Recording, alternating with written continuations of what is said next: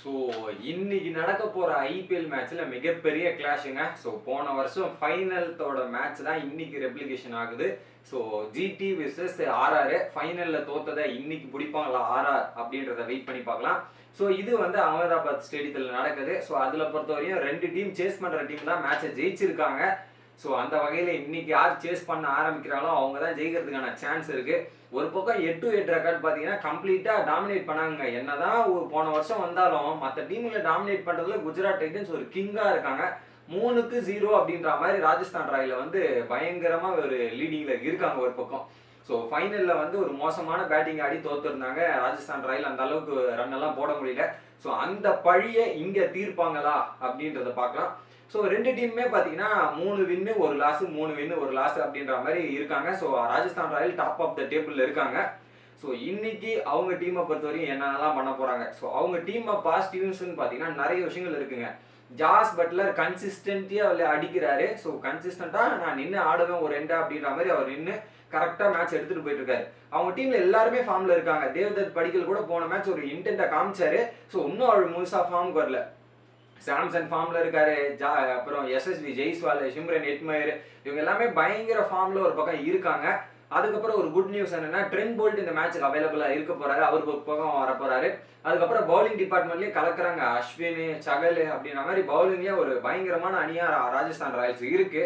இவங்களோட பாசிட்டிவ்ஸ் என்னன்னா மெஜாரிட்டியா அவங்க பேட் பண்ணாங்களே மினிமம் 200 ரன்னா நாங்க அடிப்போம் அப்படின்ற மாதிரி 200 ரன்னு கிட்ட நேர்லி இவங்க ராஜஸ்தான் ராயல் ஃபர்ஸ்ட் பேட்டிங் பண்ணும்போது 200 ரன்னை கன்சிஸ்டண்டா அடிச்சிட்டு இருக்காங்க. ஸோ அந்த மாதிரி ஸோ இவங்களுக்கு ஒரு ப்ராப்ளம்னு எங்க சொன்னீங்கன்னா பார்த்தீங்கன்னா தேவ்தல் படிக்கட்டோட பேட்டிங்கும் அதுக்கப்புறம் பார்த்தீங்கன்னா அந்த 5வது போலிங் ஆப்ஷன்ல தான் இவங்களுக்கு கொஞ்சம் இஷ்யூ ஃபேஸ் பண்ணிட்டு இருக்காங்க. மற்றபடி ஓவரால் டீம் வந்து ஒரு பயங்கரமான ஸ்குவாடா இருக்காங்க. இன்னொரு பக்கம் பார்த்தீங்கன்னா ஜிடியை பொறுத்தவரையும் பார்த்தீங்கன்னா அவங்களும் ஒரு கம்ப்ளீட் ஸ்குவாடு. ஃபாஸ்ட் பவுலர்ஸ் சொல்லவே வேணாங்க, வேற லெவலு. அதுவும் முகமது ஷமிலாம் ஃபர்ஸ்ட் ஓவர்ல இருந்து விக்கெட் எடுக்க ஆரம்பிக்கிற அந்த பவர் பிளேவை கரெக்டாக விக்கெட் எடுத்து கரெக்டாக யூஸ் பண்றாங்க. ஒரு பக்கம் ஹேட்ரிக் எடுத்த ரஷீத் கான் இருக்காரு. அதுக்கப்புறம் மோஹித் சர்மா போன மேட்ச் எடுத்துட்டு வந்து ஸோ அவர் கம்பேக் பண்ண 4 வருஷம் கழிச்சு வந்து கம்பேக் பண்ணி ஸோ அவர் ஒரு மேன் ஆஃப் தி மேட்ச் வாங்கினாருன்ற மாதிரி பல குவாலிட்டியான பிளேயர்ஸ் இந்த பக்கம் இருக்காங்க. ஸோ அந்த சைடும் சுமன் கில் ஓப்பனிங் வந்து அப்படியே கன்னா நின்று நான் ஆடவும்பா அப்படின்ற மாதிரி சொல்றாரு.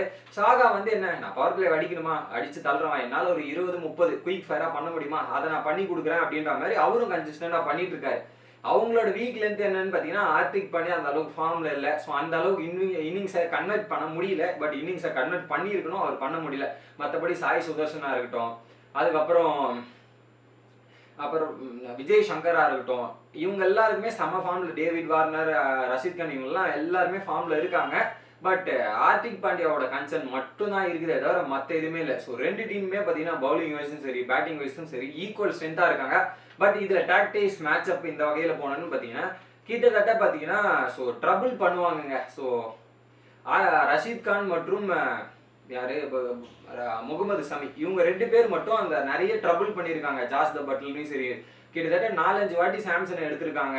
அதுக்கப்புறம் ஜாஸ் த பட்லர் வந்து ரஷீத் கானுக்கு கொஞ்சம் திணறி இருக்காரு. ஸோ இந்த மாதிரி விஷயங்கள்லாம் ஒரு சில எட்மயரெல்லாம் 5 வாட்டி 17 பால்ல 4 வாட்டி முகமது ஷமி அவுட் எடுத்திருக்காருங்க. ஸோ எட்மயருக்கு வந்து எல்லா இடத்துலையும் ப்ராப்ளம் இருக்கு. ரஷீத் கான்கிட்டையும் ப்ராப்ளம் இருக்கு. எல்லாருக்கிட்டையும் எட்மயர் அவுட் ஆயிருக்காரு. எட்மயருக்கு எதிராக வந்து ஸோ ஜிடி வந்து நிறைய ரெக்கார்டு வச்சிருக்காங்க ஒரு பக்கம்.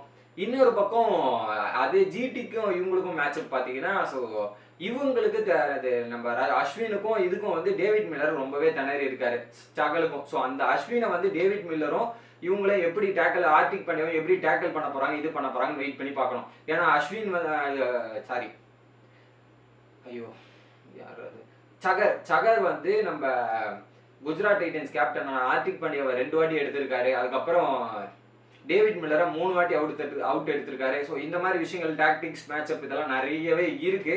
பட் எனிவே அவங்களுக்கு பவர் பிளே பவுலரான ட்ரெண்ட் போல்ட்டும் இன்னைக்கு வர்றதால அவங்க டீம் ஒரு கம்ப்ளீட் ஸ்குவாடா இருக்கும். ஸோ இன்னைக்கு மேட்ச்ல யார் யாருன்னா 54 ரன்னு இன்னைக்கு மேட்ச்ல அடிச்சாருன்னா 3000 ரன்னு கடப்பாரு சஞ்சு சாம்சன். அதுவும் ராஜஸ்தான் ராயலுக்காக யாருமே ஆடி 3000 ரன்னு கடந்தது இல்லை. ஸோ அதை அவர் பண்ணியிருந்தாருன்னா அவர் தான் முதல் பிளேயர் ராஜஸ்தான் ராயலுக்கு 3000 ரன் கடந்த பிளேயர்ன்ற ஒரு சரித்திரம் படிப்பாரு.